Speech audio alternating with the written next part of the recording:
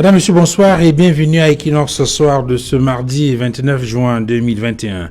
Equinox ce soir, c'est votre décryptage quotidien de l'actualité sur la chaîne du peuple de lundi à vendredi entre 19h et 21h.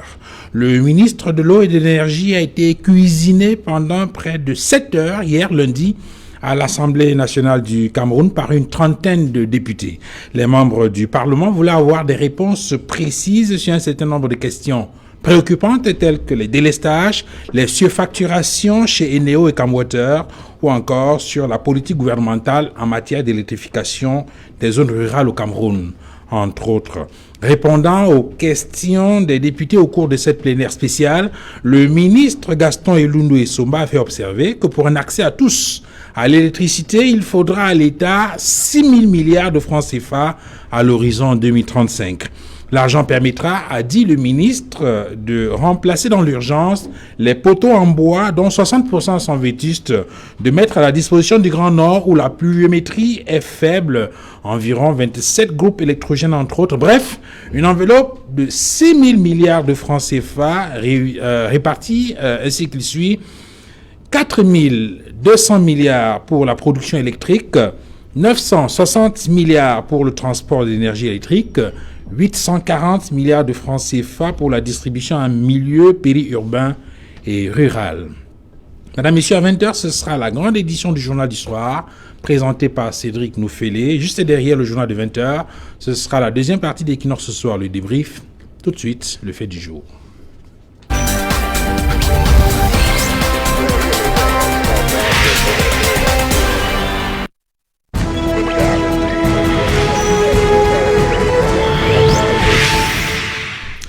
Déficit énergétique, le gouvernement camerounais avoue-t-il son incompétence? Pour décrypter cette problématique, ce mardi, nous avons convié sur ce plateau Maître Fabien Keigné, bonsoir. Bonsoir Duval, bonsoir chers companélistes.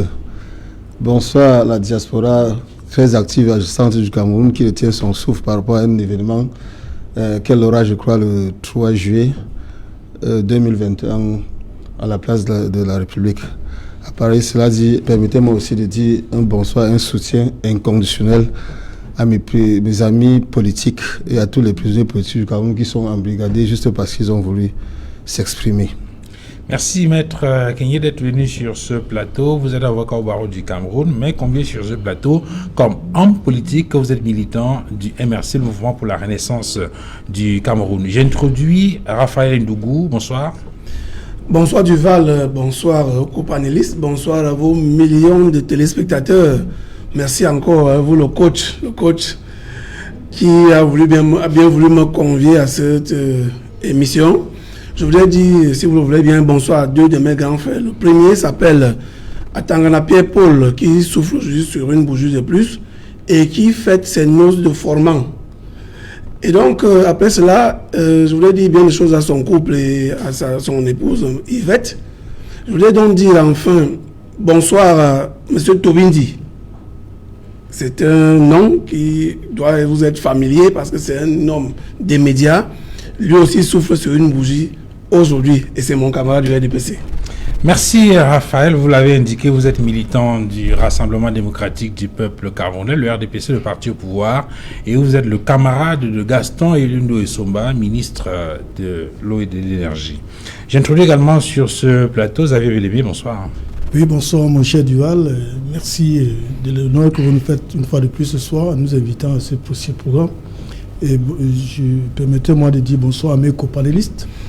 Et particulièrement, avec votre permission, j'aimerais saluer l'honorable Jean-Michel Ntié, qui fait un travail remarquable de la sentinelle de la République, la bonne gouvernance et la démocratie, avec le contrôle de l'action gouvernementale au niveau de l'Assemblée nationale. Aujourd'hui, il a mis en nu toute la mafia gouvernante, notamment sur le cas de Covid-19, le scandale Covid-19, qui ne finit de nous révéler encore d'autres scandales chaque jour qui passe. Je voudrais vraiment le remercier, le féliciter et le remercier. Xavier Vélémé, vous êtes militant du Social Democratic Front et vous êtes le responsable de la communication du SDF pour la région du littoral. C'est exact. Serge-Henri Kelbé, bonsoir. Bonsoir Duval. Et merci d'être venu sur ce plateau. C'est un plaisir. C'est moi qui vous dis merci de m'avoir convié une fois de plus, n'est-ce pas, pour traiter d'un sujet aussi important que celui de l'énergie. Et c'est toujours un honneur d'être parmi vous. Vous avez une casquette politique, mais qu'on ne va pas mettre en exergue ce soir. On va vous présenter comme polytechnicien, spécialiste des questions d'énergie renouvelable. Tout à fait. Et sur ce, je voudrais vous adresser la première question. Serge-Henri Kelbet, vous avez écouté le ministre Gaston Elunboe Somba à l'Assemblée nationale au cours de cette plénière spéciale consacrée à l'analyse des questions d'eau et d'électricité.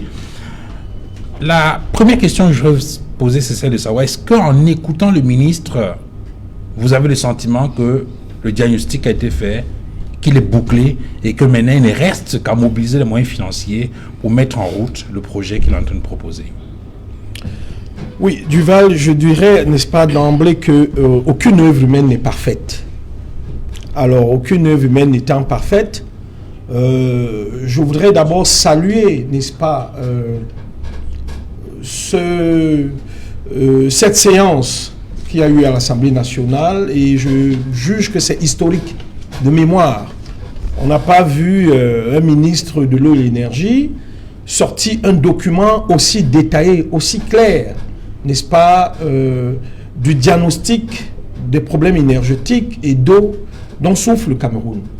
Donc pour ma part, je peux dire que c'est un document assez élaboré, étant donné qu'aucune œuvre humaine n'est parfaite.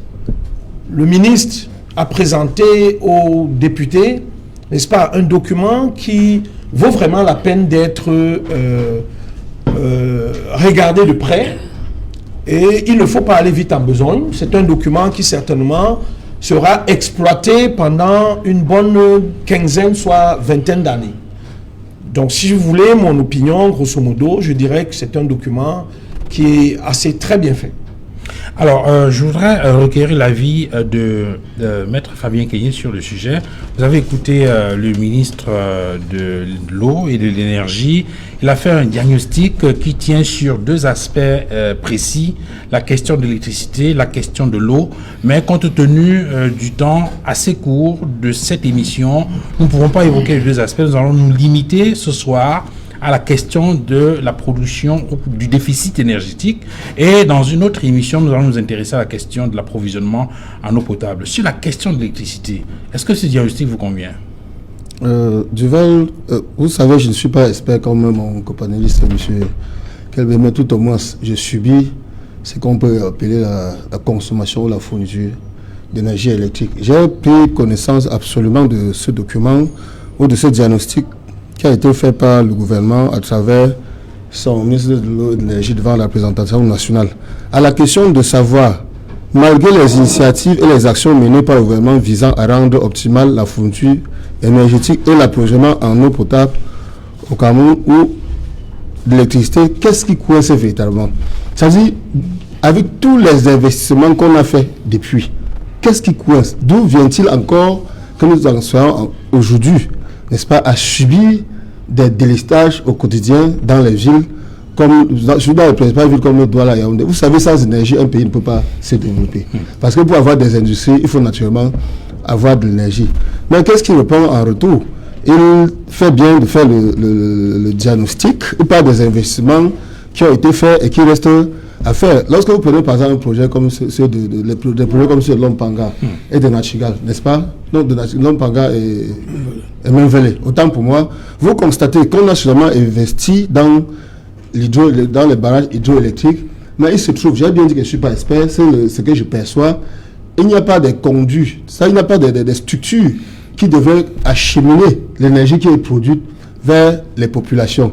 Oui, parce qu'après la production, tout à fait. Parce qu'après la production, il y a le transport. Voilà, le transport, il y a la distribution. À ce moment, vous comprenez que le projet a été mal conçu, mal pensé.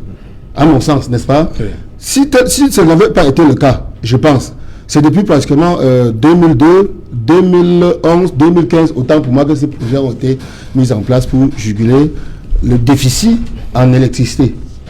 Aujourd'hui, le ministre vient et nous explique cela par le déficit des poteaux qui sont usagés, qu'on n'a pas remplacés. Il explique entre autres par le fait qu'il y a un manque d'eau de part et d'autre qui ne parviennent pas. Oui, il a expliqué, si on peut résumer, il dit par exemple que dans le réseau interconnecté Nord, il y a un problème qui se pose au niveau de la pluviométrie. Il y a la quantité d'eau a diminué, par exemple, dans le principal barrage qui est lac d'eau, et c'est la raison pour laquelle cette partie du pays fait régulièrement face à des délestages. Effectivement, pourquoi on devait donc se poser la question de savoir pourquoi, après 40 ans de gouvernance du renouveau, on n'arrive pas à juguler ce phénomène, à trouver une solution, à avoir de l'énergie pour booster l'économie. Comme je vous l'ai dit, sans énergie, un pays ne peut pas se développer. Et voyez-vous, le ministre va conclure en nous disant, il conclut en disant que c'est d'ici 2037, avec les investissements de près de 6 milliards, dont vous avez déclaré la répartition, que nous pourrions avoir l'électricité dans tous les ménages. Mais vous voyez que nous en sommes là à être électrifiés par des slogans. Et cela me rappelle un peu la santé pour tous à l'an 2000. Où en sommes-nous? Vous connaissez ce que c'est que vous connaissez aujourd'hui ce que représente un plateau technique chez nous au Cameroun. On peut mourir même du petit palu, n'est-ce pas?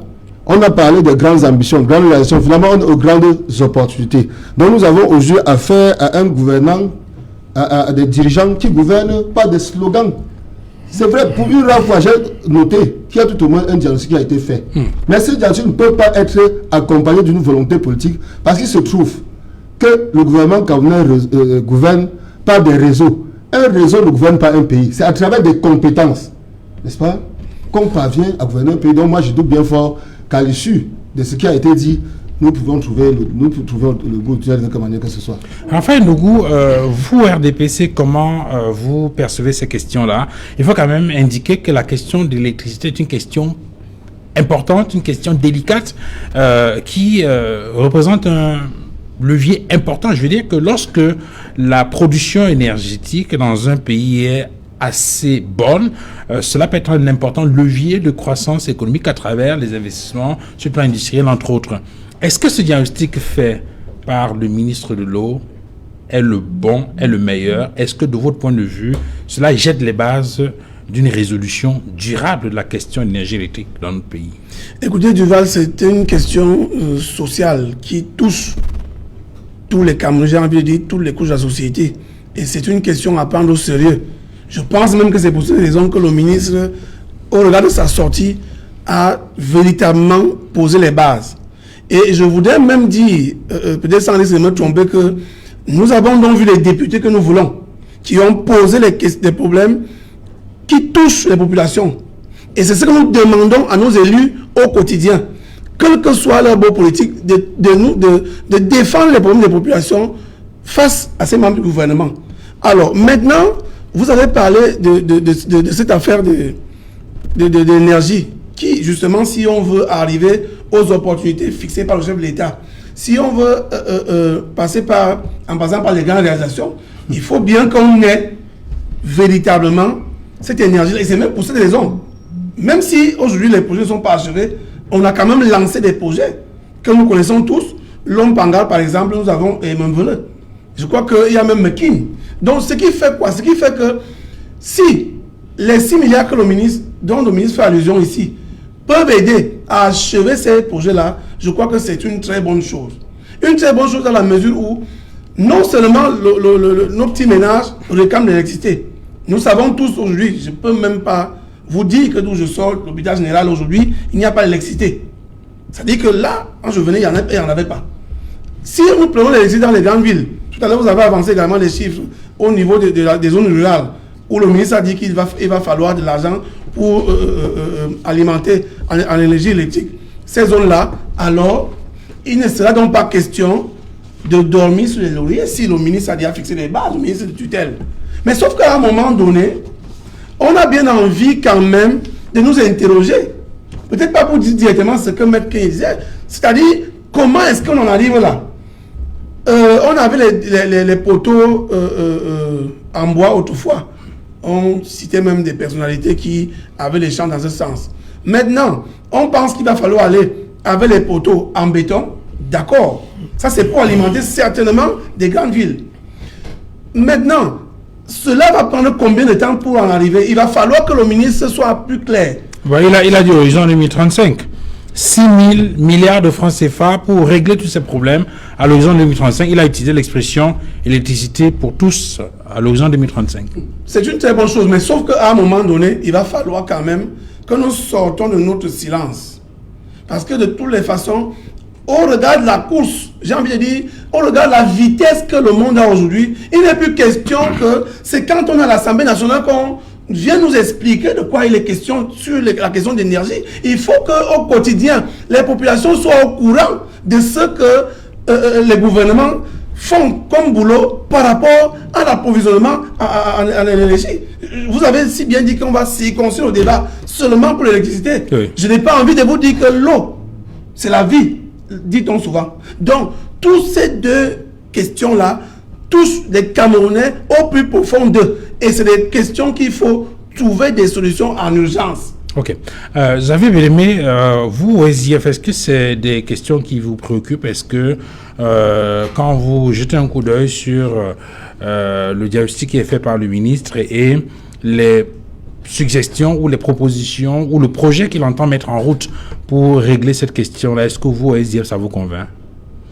Je trouve que c'est juste un discours de plus. Un discours slogan, comme l'a dit un de mes prédécesseurs tout à l'heure, qui au fond, d'ailleurs même, qui est même très dangereux, puisque la conclusion, c'est que nous sommes pris dans une sorte de tourbillon de la nature. Oui. Il n'y a pas de loi à Garoua, et le Cameroun n'aura pas de... Et pour rester sur l'exemple sur le réseau face à cette situation, on manque d'enjeux. Il faut d'abord le préciser, pour que les téléspectateurs nous comprennent très bien. Je vais te dire, il y a un groupe, un très grand groupe international mondial canadien qu'on appelle Rio Tinto Alcan. Pour prendre l'exemple d'EDEA, qui avait repris EDEA sur Péchinet. Péchinet qui était l'actionnaire majoritaire du groupe Alucam au Cameroun, qui est une grosse industrie spécialisée dans la production d'aluminium. Et cette entreprise produisait environ 80 000 tonnes par an d'aluminium. Quand le groupe Alcan est arrivé, ils ont dit que non, 80 000 tonnes d'aluminium par an n'était pas une affaire rentable. Et qu'il fallait, parce qu'ils ont privilégié le Cameroun, sur le coût de la production d'énergie, était un coût en minimum qui était supportable. Mais qu'il fallait augmenter la production d'Alucam à environ 200 000 tonnes. Et pour augmenter la production d'Alucam à 200 000 tonnes, il faut accroître la production énergétique. Rio Tinto, moi personnellement, j'étais présent. Quand Alucam fêtait son cinquantenaire, j'étais présent, je représentais l'OSIF à l'époque. La présidente du groupe Rio Tinto Alcan, qui était venue présider, avait fait la panoplie de tout son projet. Le projet dont son groupe, auquel elle était à la tête, pensait pour Alucam qu'il fallait construire des centrales électriques, notamment à Sondon. Sondon, pour ceux qui sont à la Saint-Martin connaissent où ça se trouve, c'est quelque chose de 23 km de DA. Et à Nactigal, et elle avait fait l'extension de l'Alucam. C'était un projet qui portait sur plus de 1000 milliards, mais qu'elle avait de l'argent. Et qu'elle était prête, en fait, le groupe Rio Tinto était prêt même de financer la part de l'État qui était de 30%. Et à condition que l'État les accorde certaines faveurs, notamment les facilités au niveau fiscal. Et quand elle faisait ce discours... Qu'est-ce que vous voulez mettre en relief? Non, je vais vous montrer que le Cameroun connaît des problèmes d'énergie depuis.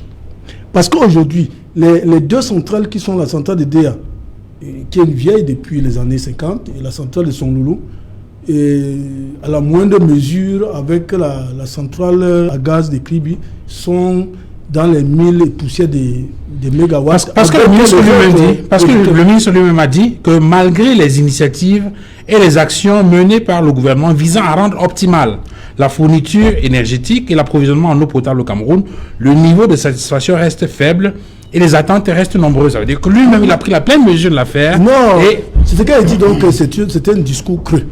D'habitude, pour épater, c'est les naïfs. Parce que de votre point de vue, il s'agit de le faire concrètement. Il était question ici d'accroître l'énergie électrique. Le problème d'énergie électrique ne se pose pas au Cameroun en 2021. Le ministre fait d'habitude un discours qui est propre au gouvernement pour lequel il représente. Autant pour laissez-moi vous expliquer. C'est très important. Bon, je donne la parole aux autres, puis je reviens à vous pour creuser davantage là-dessus. Le Cameroun a actuellement la capacité du Cameroun. ENEO et les autres acteurs du secteur, c'est 1350 MW.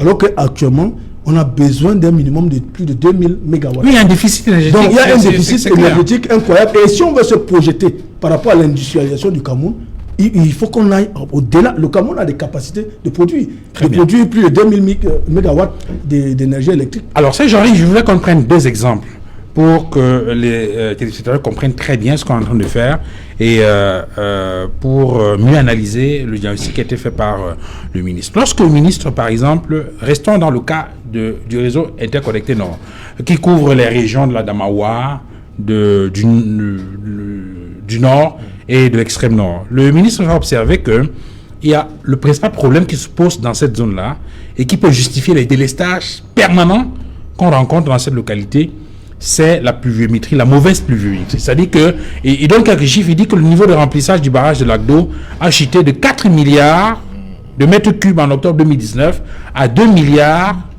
de mètres cubes en octobre 2020. C'est-à-dire qu'en fait, la quantité d'eau a diminué. Est-ce que, en le disant, cela suppose qu'il faut mettre donc... parce que là, il parle d'une cause naturelle. Est-ce que le diagnostic sur la cause naturelle vous convainc? Duval, je vous ai dit que c'est un diagnostic que j'apprécie. Oui. Mais c'est un diagnostic que ferait quelqu'un qui est arrivé au Cameroun hier. Je vais vous parler des 3 réseaux. Oui. Le RIN, réseau interconnecté Nord, le RIG, le réseau interconnecté Est et le RIS, le réseau interconnecté Sud. Commençons par le Nord.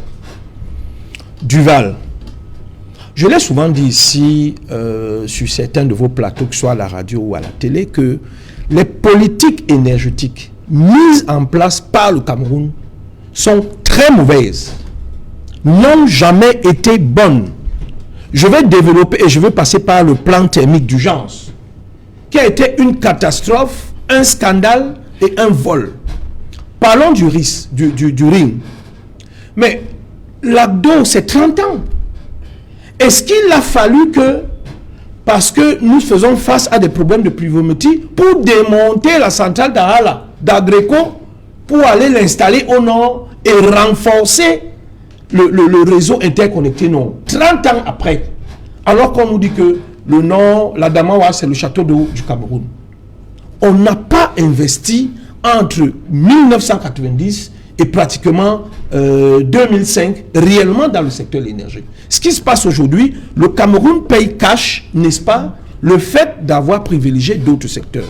Par exemple, lorsque vous prenez la loi sur le secteur de l'électricité, la loi 98/022 du 24 décembre 1990, régissant le secteur de l'électricité, c'est-à-dire depuis 1998, vous, Duval Fangwa, vous pouvez créer votre propre barrage, vous pouvez faire votre propre centrale solaire, vous pouvez faire votre centrale de cogénération. C'est la libéralisation du secteur de l'énergie électrique. Et là, donc, je descends au réseau interconnecté S pour dire que le ministre relève que 17 UFA, c'est-à-dire 17 grosses scieries, sont installées à l'Est. Pourquoi on n'a pas monté des projets, des plans pour que les déchets produits par ces UFA produisent l'énergie par la cogénération? L'Est jusqu'à aujourd'hui, depuis 40 ans, depuis les indépendances, est alimenté par des groupes électrogènes. Ça ne se comprend pas. Alors qu'il y a des déchets qu'on peut récupérer. Pour ma part, Duval, je l'ai toujours dit ici, il faut régionaliser nos différentes sources d'énergie. Votre confrère Cédric Moufele m'avait donné la primeur dans une tendance économique de discuter de ces questions d'énergie. Et je le dis encore, il faut régionaliser. Parce qu'à l'Est, il faut utiliser ce qu'il y a à l'Est pour produire l'électricité à l'Est. Lorsque le ministre dit qu'on va mettre 6 000 milliards pour les problèmes d'énergie, mais bon sang, il oublie que nous sommes encore au Cameroun en train de faire 1 mégawatt à 4 milliards.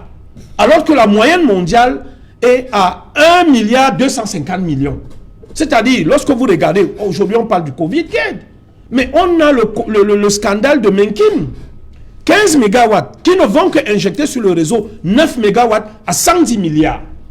Mais la moyenne, c'est environ 20 milliards le mégawatt. Ça ne s'explique pas. Vous avez des scandales ou des projets comme le port à eau profonde de Kribi. Pourquoi le chef de l'État n'est jamais allé inaugurer le port à eau profonde de Kribi? Parce qu'au moment d'inaugurer le port à eau profonde de Kribi, on n'avait pas conçu la ligne. Tout le port a été construit sous groupe électrogène, M. Fangwa. Donc, le problème qui se passe au Cameroun, c'est que les gens passent leur temps à saquer les directives que le président de la République pose. Et c'est là où je rejoins le grand frère et ami, Sa Majesté Pascal Missanga Namding, qui parle du coup d'état scientifique. Parce que ce ne sont pas les moyens qui nous manquent, Duval. Je pense que c'est une volonté, et au-delà de la volonté, il faut cibler les vrais projets. Pour chuter.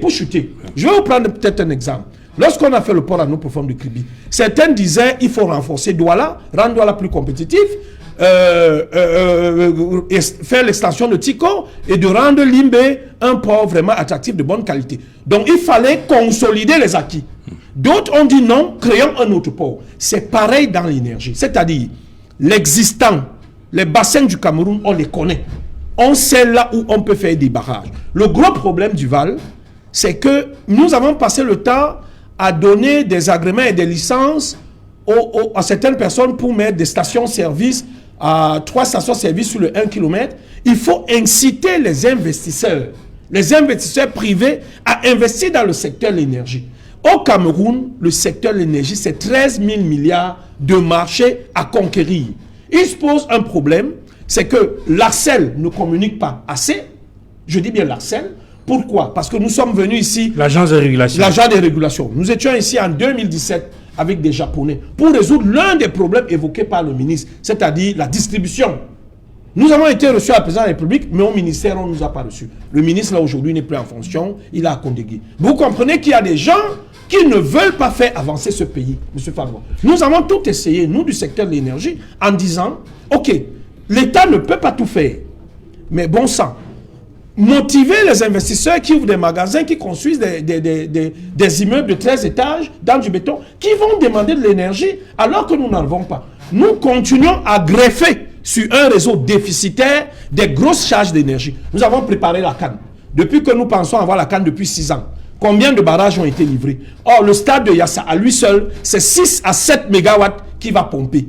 Aucun barrage n'a été conçu. Prenons Bafoussam, prenons Olembe, prenons le stade de Garoua. Environ 30-35 mégawatts que rien que les infrastructures de la canne vont solliciter alors que nous n'avons pas d'énergie.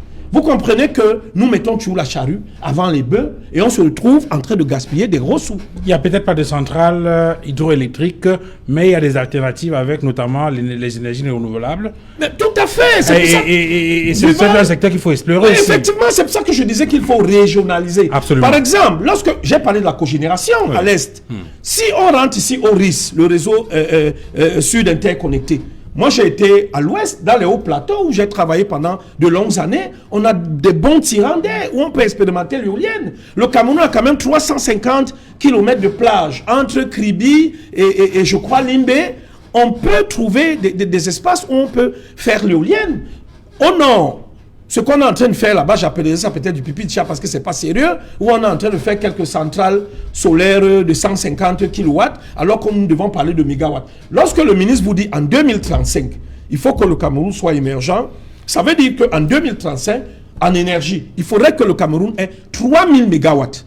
Aujourd'hui, nous avons à peine 1400 mégawatts. Oui. Ça veut dire que nous devons faire 14 mégawatts par an. C'est-à-dire en 10 ans, chaque année, on fait 14 mégawatts. Pour compléter les 14 000, les 1400 et atteindre les 3000. On ne pourra pas. On ne pourra pas. Maître Fabien Keyi, il y a une proposition qui a été faite par Serge-Henri Kelbé qui, je crois, rentre dans le projet de société du MRC pour ce qui concerne la question de l'énergie électrique. Je le dis parce que dans le cadre dans le sillage de l'élection présidentielle 2018, nous avons eu l'honneur et l'opportunité d'interroger le professeur Moïse Kamto, président national du MRC, sur le plateau de la campagne électorale. Et à cette occasion, justement, il avait indiqué que l'une des pistes de sortie pour régler la question énergétique au Cameroun, c'était donc peut-être qu'il n'avait pas dit régionalisation, mais il était question de voir comment, au niveau des régions, au niveau, je vais dire, il fallait décentraliser, voilà. Il fallait que dans cette politique-là, qu'il y ait une sorte de décentralisation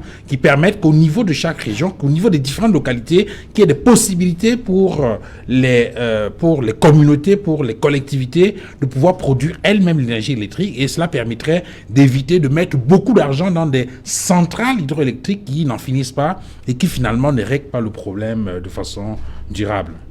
Duval, voyez-vous, je vais vous dire, lorsqu'on parle de régionalisation, vous savez, nous avons aujourd'hui un problème culturel qui nous mine. Je voudrais évoquer le cas de la guerre au Nord. Vous allez me demander pourquoi je fais un parallèle par là, parce que avant que nous soyons unifiés, dans la zone anglophone, par exemple, l'électricité et l'eau, n'est-ce pas, n'étaient pas concernés par l'État. C'est les communes qui s'en occupaient. On n'avait aucun problème de facturation, un problème d'eau ou d'électricité.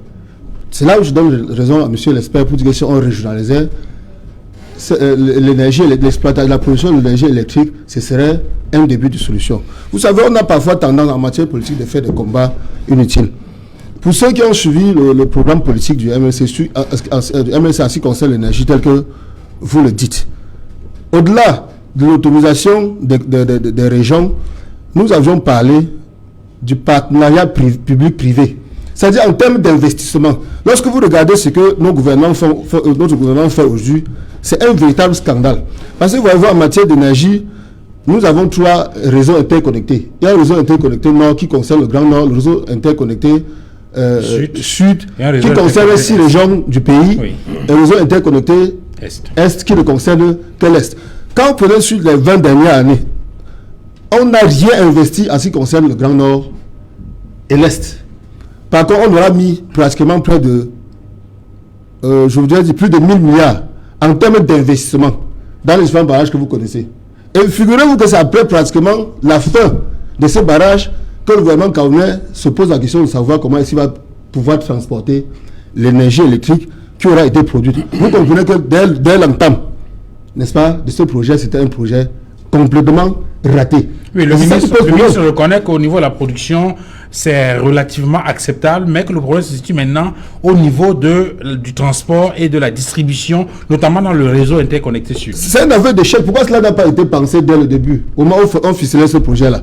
Pour dire que nous ne sommes pas déjà sortis de l'auberge. Alors que ces projets sont encore en cours, ne sont pas encore réalisés, le ministre envisage déjà d'emprunter encore 6 milliards pour que ce soit à l'horizon 2035 que nous pouvions avoir de l'énergie électrique. Pour dire quoi? En fait, même, nous ne devons plus accorder aucune confiance de soi, puisque par le passé, tous les projets qui sont là, ils se trouvent tout simplement, comme l'a dit l'expert, que les investissements massifs qui sont réalisés rentrent plutôt dans les poches des individus. C'est pour ça qu'à la fin, nous n'avons pas de résultats. Et vous avez dit sur le plan mondial, vous avez parlé de mégawatts. Oui, la moyenne. C'est la moyenne. Il y a 250. Au niveau du Cameroun, c'est multiplié par 5. Mais avec ça, est-ce qu'on peut s'en sortir? On ne peut pas. Donc, on a une réelle volonté politique. Nous avons besoin d'une alternative.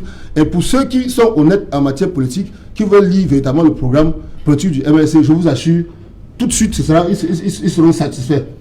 Honnêtement. On n'attendra même pas l'échéance de 2035. Tout de suite là, si le MLC accède au pouvoir, je vous assure, à moins de 2 ans, nous aurons de l'électricité pour tout ce réellement. Raphaël Ndougou, dans le diagnostic du ministre de l'énergie, de l'eau, notamment si on reste sur le réseau interconnecté sud dont parlait tout à l'heure Maître Fabien Kenyé, qui concerne 6 régions du Cameroun, le littoral, le centre, le sud, l'ouest, le sud-ouest et le nord-ouest, et le faire observer que il y a des problèmes qui se posent, notamment les délestages. On est dans la ville de Douala et on vit très bien ces délestages-là. Le ministre explique que ces délestages, pour l'essentiel, interviennent lorsque les transformateurs sont sollicités au-delà de leur capacité ou lorsque il faut remplacer les poteaux qui sont pourris. D'ailleurs, il indique que 60% des poteaux électriques en bois sont pourris et il faut les remplacer sur l'étendue du territoire national. Lorsque le ministre le dit et demande les 6 milliards de francs CFA, le sentiment qu'on peut avoir, c'est que c'est assez convaincant. Qu'est-ce qu'on fait? On mobilise donc ces 6 milliards et on met à la disposition du gouvernement pour régler définitivement cette affaire, ou on regarde encore un tout petit peu ce diagnostic pour essayer de voir s'il y a d'autres solutions alternatives. Voyez-vous, Duval, lorsque le ministre dit le transformateur a subi taux de charge et les poteaux, etc. Je vous assure que le consommateur lambda n'est pas là pour connaître ce genre de choses. Parce qu'il paye 94 francs de kilowatt entre janvier et juin. Et il paye 79 francs le kilowatt après juin. Donc la période actuelle, c'est ça le kilowatt. Et il voit le compteur qui va très vite. C'est-à-dire que les kilowatts qui se multiplient et que traverser un mois, le consommateur va se voir l'agent Eneo arriver pour lui supprimer la consommation en énergie. Je veux donc rentrer pour dire Eneo, ASONEL, Actis. C'était pour quel résultat au Cameroun? Ne pouvons pas nous rappeler, je me rappelle de mémoire, notre camarade Charles Atebe Yéné, il avait déclaré qu'on ne privatise pas les sociétés de souveraineté. Depuis qu'on a privatisé nos sociétés de souveraineté là, quel est le résultat positif que nous avons eu ici? Parce que c'est facile de dire que les poteaux, d'accord, mais ça donne, le Cameroun lambda lui connaît pas ça. Tout de suite, nous devons donc dire merci à l'expert. Vous avez bien fait de cacher son cassette politique. Parce qu'à un moment donné, ça transforme les gens. Vous avez suivi comment il a déroulé. Moi, je l'ai salué quelqu'un tout à l'heure, M. Atanapie, pour les venir ici au Cameroun avec les experts également. Où le ministre dont il faisait allusion, qui ne communiquait pas, tout à l'heure, je vous parlais de la communication. Le ministre dont il faisait allusion tout à l'heure, qui est à Kondangui, ne les a pas reçus favorablement pour justement essayer d'enlever les zones rurales dans cette affaire de connexion. Parce qu'il y a des petits cours d'eau dans nos villages du Val où on peut utiliser ces petits cours d'eau-là et faire des barrages pour alimenter des communes. Tout de suite, ce qu'il dit est réel. Donc vous comprenez qu'on ne va pas toujours rester là à démontrer que voici, alors que le panier de la ménagère et la consommation en énergie et l'eau, c'est un véritable problème. Les factures arrivent dans nos maisons, nous n'avons que nos yeux pour pleurer. Hein. C'est-à-dire que vous ne comprenez pas, ils sont venus pour changer les compteurs. Où était l'urgence pour changer les compteurs au lieu de commencer par changer les transformateurs et les poteaux? Pour dire, désormais que la ligne est déjà donc revêtue, si vous voulez, refaite, on va donc procéder au changement des compteurs. Malheureusement, ce que nous voyons, c'est que Eneo, lui, il apporte des factures et le Camerounais souffre, malgré même le fait que le président a créé la Sonatel. C'est-à-dire que la société de transformateur existait. Tout ceci, est-ce que le Camerounais est véritablement à l'aise face à cette distribution-là que non? Voilà. Xavier Bellemé, dans le rapport ou dans le diagnostic qui est fait par le ministre de l'eau, il s'est intéressé à des régions du nord-ouest et du sud-ouest. Je le dis parce que c'est considéré comme votre bastion traditionnel. Et là, il indique que lorsqu'on fait le diagnostic là-bas, le problème aujourd'hui, c'est davantage les contraintes sécuritaires qui ne permettent pas aux institutions, aux organes en charge de la production, de la transformation et de la distribution de l'énergie électrique de se déployer de façon optimale. Oui, bon, je dis, c'est pour ça que je disais que son discours, en fait, son rapport était un peu... Mais au moins, sur ce diagnostic-là, il est correct. L'insécurité dans la région du nord-ouest et du sud-ouest ne permet pas que... là où il y a la paix. Ça fait 40 ans que ce gouvernement est au pouvoir et les contraintes sécuritaires n'ont commencé qu'il y a que 4 ans. Ça veut dire qu'ils auraient fait des prévisions depuis, le pays serait avancé. Donc, je veux bien être d'accord avec lui que la guerre dans les deux régions contribue énormément à plomber l'économie nationale. Mais la guerre au nord et au sud-ouest est arrivée 4 ans. On a un régime qui est là depuis 40 ans. 36 ans, ils ont fait quoi? Absolument rien. C'est ça que le cas. Bon, je vais retourner ici. Je dis qu'actuellement, la capacité de production actuelle au Cameroun est de 1350, vous m'avez coupé tout à l'heure, 1350 MW. Donc, entre les centrales thermiques, ainsi de suite, hydroélectriques. Mixé. Tout ça, c'est 1350 MW. Et sur les 1350 MW, à l'UCAMSEL consomme 80%. C'est le reste qu'on redistribue. Parce que j'ai ici une étude de la Banque mondiale menée en 2017. La Banque mondiale disait qu'en 2017, que le Cameroun avait une capacité énergétique de 62%, soit 93% en milieu urbain et 21%, 93% en milieu urbain et le reste en milieu rural. Bon, maintenant, quand on regarde tout cela, et selon les experts, le Cameroun, et là je suis d'accord avec M. Kelbe, quand il dit qu'il faut régionaliser la production d'énergie, parce que les experts jusqu'ici sont d'accord sur un minimum de 70 points sur l'ensemble du territoire à l'intérieur du pays, qu'on peut installer des mini-centrales hydroélectriques qui peuvent avoir la capacité de produire 1 à 2 mégawatts, qui peuvent faire alimenter des villages entiers, des arrondissements et autres, pour pouvoir permettre une position. Et puis, de trois, il y a de très mauvais choix. Le régime, l'ordre gouvernant RDPC, fait toujours des choix incroyables. Des choix qui privilégient les rétrocommissions et autres. Je prends le cas de Menvele. Là, on construit cette centrale qui a déjà englouti plusieurs dizaines de milliards. Et alors que le mégawatt est de 1 milliard 200 millions. C'est-à-dire que pour une capacité de combien? Qu'on a prévu de 200 mégawatts.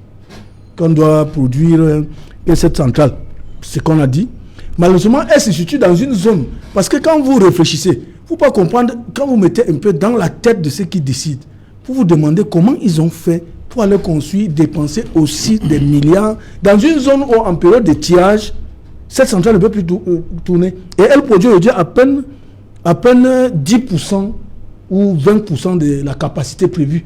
Autant de milliards. Alors qu'on aurait construit une centrale à son don au niveau de la Sanaga pour que le barrage de retenue qui a été construit à Lompanga alimente toutes ces centrales pour accroître la quantité en énergie en termes de qualité. Parce que maintenant, quand on va construire une centrale à Menvele, est-ce que c'est une décision, un choix politique qui répond au dynamisme économique? Est-ce qu'on décide là? Le décideur a vu, a pensé et réfléchi et s'est projeté par rapport à l'avenir? Non. Aujourd'hui, l'énergie électrique est un élément essentiel dans la vie au quotidien. Que ce soit l'individu ou alors... soit avec les industries. Voilà, on a besoin pour pouvoir... Non, je vous ai cité tout à l'heure à l'entame de mon propos le cas de Rio Tinto qui est parti en Afrique du Sud. Parce que pour produire 300 000 tonnes, l'énergie déjà, à 80 000 tonnes, ils consommaient déjà 80% de 1350 mégawatts. Les gars ne pouvaient pas fonctionner, ils ont dit que ce n'est pas une affaire. Ok.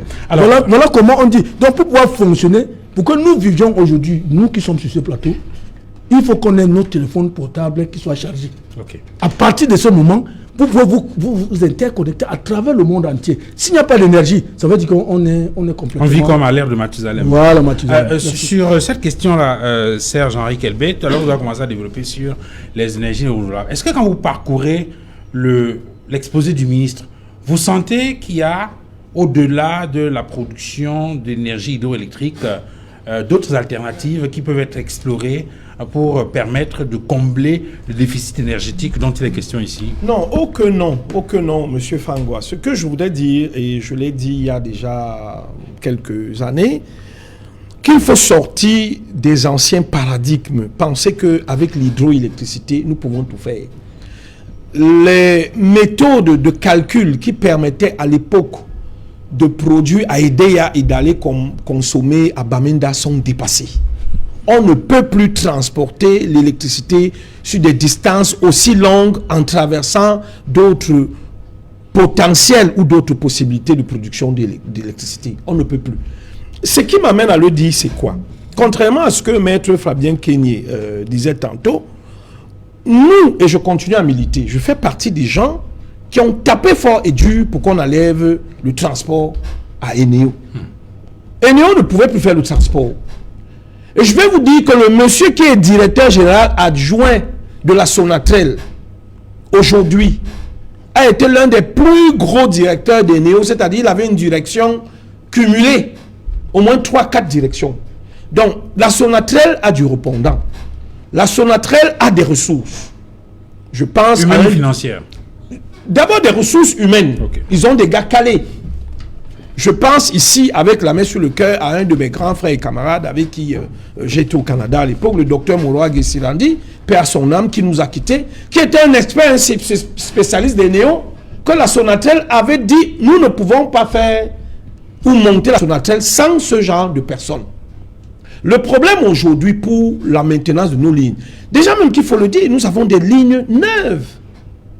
Quand vous voyez la ligne de la centrale à gaz de Kribi, 280 MW, elle n'a pas 15 ans.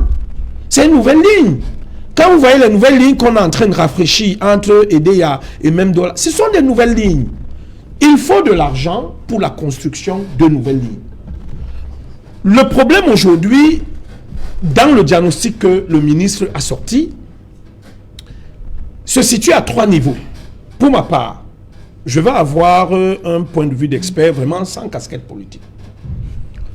Le Cameroun, à l'heure où nous parlons, n'a pas 1500 MW. Le Cameroun est un scandale énergétique en termes d'hydroélectricité. La Côte d'Ivoire, 2300 MW. Le Ghana, 2600 MW. L'Éthiopie, 2450 MW. Et je finis avec le Sénégal qui est dans les 2210 MW. Pourtant, le Cameroun a le deuxième potentiel hydroélectrique bien sûr, après le Congo. 20 000 MW. Le Cameroun aujourd'hui, et je l'ai souvent dit, me fait penser à une ville où j'ai fait mes études à l'époque. Le Québec, au Canada, produit dans quelques grandes villes du Québec, mais va jusqu'à New York vendre de l'électricité. Le chef de l'État a signé un décret permettant au Cameroun de commercialiser avec le Nigeria en termes d'énergie sous la demande du président Boari. Nous avons un des plus grands barrages qu'on peut ériger au Cameroun, le Numvuri, près de 3000 MW. Le Nigeria attend ce barrage-là depuis. Parce qu'aujourd'hui, en Afrique australe, du Zimbabwe jusqu'à presque au Malawi, vous avez des réseaux interconnectés entre Vous avez des dit nations. 3 points. Vous avez dit 3 points. Bon, donc je vais descendre maintenant au niveau de la distribution. La distribution, qu'est-ce qui se passe au niveau de la distribution? Duval, l'électricité coûte encore trop cher au Cameroun, au niveau de la distribution. En Algérie, c'est 0,01 cents, 10 francs CFA. Vous avez en Côte d'Ivoire 64 francs, au Mali 80 francs, à RDC 88 francs. Lorsque vous faites la moyenne au Cameroun, vous êtes à 80 francs. Pour un pays comme le Cameroun, au niveau de la distribution, de la vente de l'électricité, comme disait Raphaël Ngounou tout à l'heure, non seulement l'électricité coûte cher, mais nous investissons dans des choses qui n'ont pas de sens, c'est-à-dire le remplacement des compteurs, entre guillemets, pour lutter contre la fraude, mais qui ne sont pas des priorités. La priorité, c'est de stabiliser le réseau de distribution.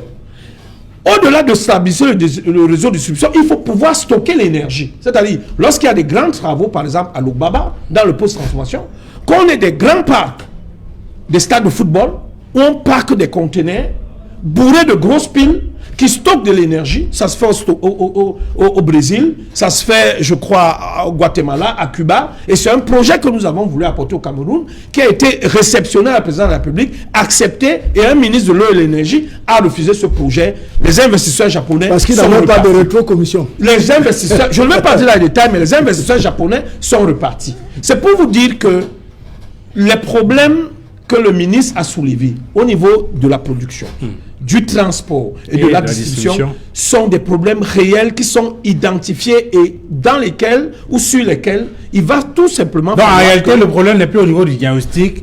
La question qui se pose, c'est comment on fait pour régler des exactement. Et des solutions existent. Et je vais dire qu'avant le ministre, donc, nous avons apporté des solutions. La solution la plus probable, même immédiate, nous avons demandé au Parlement, à l'Assemblée nationale, il y a 8 ans, de voter une loi au Cameroun où on ne peut plus, où on n'a plus le droit d'importer des ampoules incandescentes, des ampoules haute pression, c'est-à-dire des ampoules énergivores, où nous allons limiter la brocante.